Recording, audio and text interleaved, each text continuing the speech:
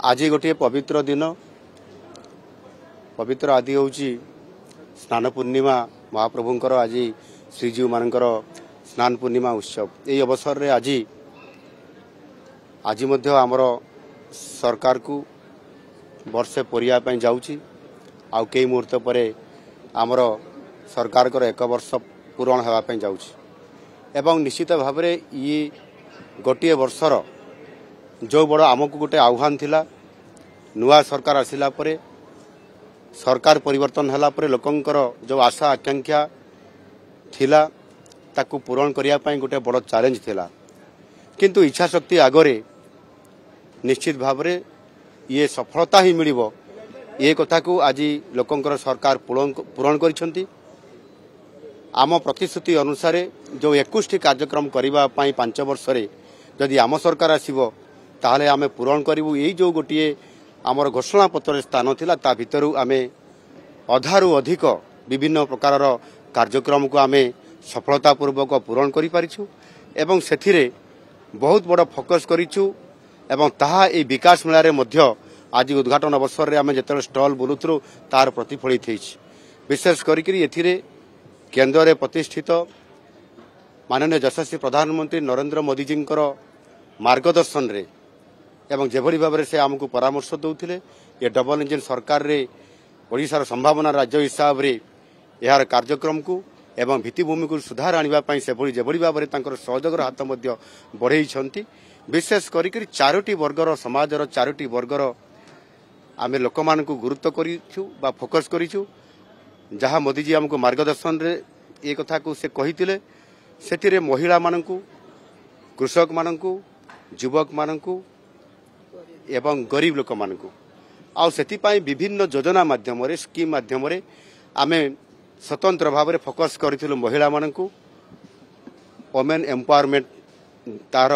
केवल सेमानकू हिताधिकारी हिसाब रे किछि आर्थिक सहायता नुह सेमानकू एम्पावरमेंट करिवा पई सशक्तकरण करिवा पई आमे निश्चित भाव में जेभली भाव में कार्यक्रम नेइछु ताहार रिजल्ट आज देखा देइछि एवं भारत वर्ष रे लाखपति दीदी हेबारे जहाँ मोदी जी आह्वान देते लाखपति दीदी अर्थात वर्ष रे लक्ष टंका गोटे माटीए भौणीटीए लाभ पाइब रोजगार करिब ताहार साकार आज हेछि सफलता पाइछु आउ सेथिपाई भारत वर्ष रे 16,60,000 रु अधिक महिला को आमे लाखपति दीदी करैबारे गोटे बहुत बड़ आज सफलता पाइछु एवं भारत वर्ष रे ओडिशा प्रथम स्थान अधिकार करछि ये होछि तार रिजल्ट रिवॉल्विंग फंड को आमे वृद्धि करिछु तार सीआईएफ फंड जोटा कम्युनिटी फंड ताकू आमे वृद्धि करिछु एवं स्वतंत्र भाव में सेमानंकु प्रति वर्ष रे 2टी किस्ती रे 5,000 करी करी 10,000 एवं 5 वर्ष रे 50,000 आर्थिक सहायता करिबा ये छोट कथा नुह यहा को आमे आज तार रिजल्ट करके देखैछु भारत वर्ष रे नुआ सरकार आसिला परे आमे यहा को आज नंबर 1 करि पारिछु सेही बड़ी भाव रे एठी जदि आमे देखिबा कृषक मानकू सेमानकू मध्य कृषक को सशक्तकरण करिबारे आज ओडिशा सरकार नुआ सरकार आज बहुत बड़ गोटे वैप्लविक सेमानक आर्थिक स्तर रे आज परिवर्तन आनिछंती सेमानकू जहाँ आमर घोषणा पत्र स्थान देइथलु ताकू पूरण तो करिछु सेमानकू मध्य आमे सशक्तकरण करिबारे सक्षम हेछु जो थिरे कि जहाँ भारत वर्ष रे अन्य राज्यर कृषक मानकू जो प्रकार सहायता दिया जाउछु तामे आउ गोटे पाद आगु को जाई सेथिरे आपनकर पीएम किसान सम्मान निधि सहित सीएम किसान जोड़िबा एवं ता सहित आमे सेमानकू इनपुट असिस्टेंट हिसाब रे एमएसपी रो सर्वनिम्न आर्थिक व्यवस्था सहित आहुरी 800 टंका इनपुट असिस्टेंट जोड़िबा पर क्विंटाल रे 3100 टंका चाषी को देबा एवं ताहा सहित मध्य अदिनिया वर्षा समय रे जो चाषी रो क्षति होउची ताकू पूरण करिया पई रिलीफ कोड को कोहल करी ताकू स्वतंत्र स्थान देबा एवं गत 2 मास पूर्व रे जेभली भाव में 16टी जिले में ये प्रकार व्यापक भाव में क्षति होता तार पूरण करने 292 कोटी टंका अनुदान करवा जहाँकि ओडिशा राजनीति इतिहास रे प्रथम थर करी ई प्रकार सहायता करवा एवं तृतीय रे जोठी आमर गरीब लोक माने अछंती सेमान को विभिन्न स्कीम रे जोड़िबा एवं सेमानकर सामाजिक राजनैतिक आर्थिक क्षेत्र रे तांको सुधार आनिबा पई अनेक कार्यक्रम आमे नेइछु से आयुष्मान भारत योजना कथा हो बा आदिवासी मानक क्षेत्र रे आमर जो धरती आबा ग्राम उत्कर्ष योजना हो बा पीएम जनमन हो ସେଥିରେ ସେମାନେ କିଭଳି ଭାବରେ ତାଙ୍କର ମୌଳିକ ସମସ୍ୟା ସାଧାରଣ ସମସ୍ୟା ପିଇବା ପାଣି ସ୍କୁଲଟିଏ ହେଲ୍ଥରେ କିଭଳି ଭାବରେ ତାଙ୍କ ସ୍ୱାସ୍ଥ୍ୟ କେମିତି ତାଙ୍କ ଗାଁକୁ ପହଞ୍ଚି ପାରିବ ପିଇବା ପାଣି ପହଞ୍ଚି ପାରିବ ଜଳସେଚନ ହୋଇପାରିବ ସେମାନଙ୍କର ଜୀବନ ଜୀବିକା ଉପରେ କିଭଳି ଭାବରେ ରୋଜଗାରରେ ଉନ୍ନତି ଆସିବ ତାକୁ ଆମେ ଫୋକସ୍ କରିଛୁ ସେଥିପାଇଁ ସ୍ୱତନ୍ତ୍ର ଭାବରେ ମଧ୍ୟ ଆମେ 60,000 କୋଟିରୁ ଅଧିକ ଟଙ୍କାର ସ୍ୱତନ୍ତ୍ର ଭାବରେ ଏଥିରେ ଆଦିବାସୀ ଏବଂ ଆପଣଙ୍କର ହରିଜନ ଏବଂ ତା ସହିତ ମଧ୍ୟ ଏସଟି ଏସସି ସହିତ ଓବିସି ଏବଂ ପଛୁଆ ବର୍ଗର ଲୋକମାନଙ୍କୁ ଯୋଡ଼ିଛୁ ଏବଂ ସେଥିରେ ବିରାଟ କାର୍ଯ୍ୟକ୍ରମ ଆମେ ନେଇଛୁ ଏବଂ ଚତୁର୍ଥରେ ହେଲା ଯୁବକମାନଙ୍କୁ ନିଯୁକ୍ତି ଦେବା ଆମର ପ୍ରତିଶ୍ରୁତି ଥିଲା ଯେ ଆମ ସରକାର ଯଦି ଆସିବ ତାହେଲେ ଯେଉଁ ଆମର 1.5 ଲକ୍ଷ ଖାଲି ଥିବା ସରକାରୀ ପଦବୀକୁ ପୂରଣ କରାଯିବ 27,000 ଯୁବକ ଯୁବତୀମାନଙ୍କୁ ଆମେ ସ୍ୱଚ୍ଛତା ଅବଲମ୍ବନ କରି ନିଯୁକ୍ତି ମେଳାରେ ତାଙ୍କୁ ଆମେ ନିଯୁକ୍ତି ପତ୍ର ବାଣ୍ଟିଛୁ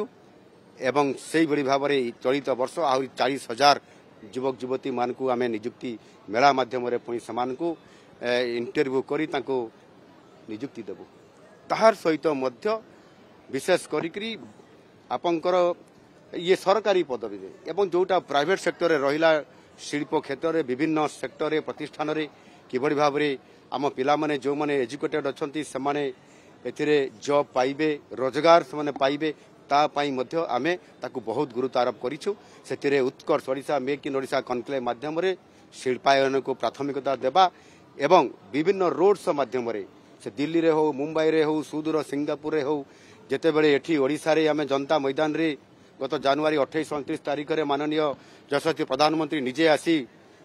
ମୁଁ ନିଜେ ମୋଦି ଗ୍ୟାରେଣ୍ଟି ଦେଉଛି ଆପଣମାନେ ଇନଭେଷ୍ଟମେଣ୍ଟ କରନ୍ତୁ ନିବେଶକାରୀଙ୍କୁ ପୁଞ୍ଜି ନିବେଶକାରୀଙ୍କୁ ଯେଭଳି ଭାବରେ ଆହ୍ୱାନ କଲେ ଏବଂ ସେମାନେ ଖୁସି ବ୍ୟକ୍ତ ହୋଇକରି ଯେଭଳି ଭାବରେ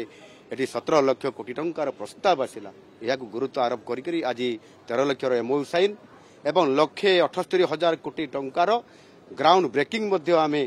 ଖୋର୍ଦ୍ଧାରେ କଳିଙ୍ଗନଗରରେ ଢେଙ୍କାନାଳରେ ଏବଂ ଛତ୍ରପୁରରେ ଆମେ କରିକି ଦେଖେଇଛୁ ନିଶ୍ଚିତ ଭାବରେ ବିକାଶର ସିଧାସଳଖ ଭାବରେ ତାର ଫାଇଦା ଦେବା ପାଇଁ ଏ ଯେଉଁ ଆମ କାମରେ ପ୍ରତିଶ୍ରୁତି ପୂରଣ କରିବାରେ ଗୋଟିଏ ବର୍ଷର ଉପଲବ୍ଧିରେ ଯେଉଁ ବିକାଶ ମେଳା ଆଜି ଚାଲିଛି ସେ ମାଧ୍ୟମରେ ଆଜି ତାକୁ ଆମେ ପ୍ରସ୍ଫୁଟିତ କରିଛୁ ନିଶ୍ଚିତ ଭାବରେ ଆଶା କରିବି ଆପଣମାନଙ୍କର ମାଧ୍ୟମରେ ପ୍ରତିଟି କ୍ଷେତ୍ରରେ ଯେଉଁ ଆମେ ବିକାଶର ଚିହ୍ନ ଏବଂ ଲୋକଙ୍କର ସେବା କରିବାରେ ନିରନ୍ତର ଭାବରେ ଉଦ୍ୟମ କରୁଛୁ ସେଥିରେ ଆପଣମାନେ ନିଶ୍ଚିତ ଭାବରେ ଏ ବାର୍ତ୍ତାକୁ ଲୋକଙ୍କ ପାଖରେ ପହଞ୍ଚାଇ ପାରିବେ ବୋଲି ମୁଁ ଦୃଢ଼ ଆଶା ଆଗାମୀ ଦିନରେ ବହୁତ ବଡ଼ ବଡ଼ ଆହୁରି ଯେଉଁ ଆହ୍ୱାନ ଅଛି ଲୋକଙ୍କର ପାଇଁ ସମୃଦ୍ଧ ଓଡ଼ିଶା କରିବା ବିକଶିତ ଓଡ଼ିଶା କରିବା 2036ରେ ସ୍ୱତନ୍ତ୍ର ରାଜ୍ୟ ଗଠନର ସ୍ୱପ୍ନକୁ ଏବଂ କିଭଳି ଭାବରେ ରାଜ୍ୟ ହେବ ଯେଉଁ ଆମର ଲକ୍ଷ୍ୟ ରଖିଛୁ ତାକୁ ପୂରଣ କରିବା ପାଇଁ ଆମେ ଦିନ ରାତି ଏକ କରି ସଂକଳ୍ପ ନେଇଛୁ ତାକୁ ପୂରା କରିବୁ ଧନ୍ୟବାଦ।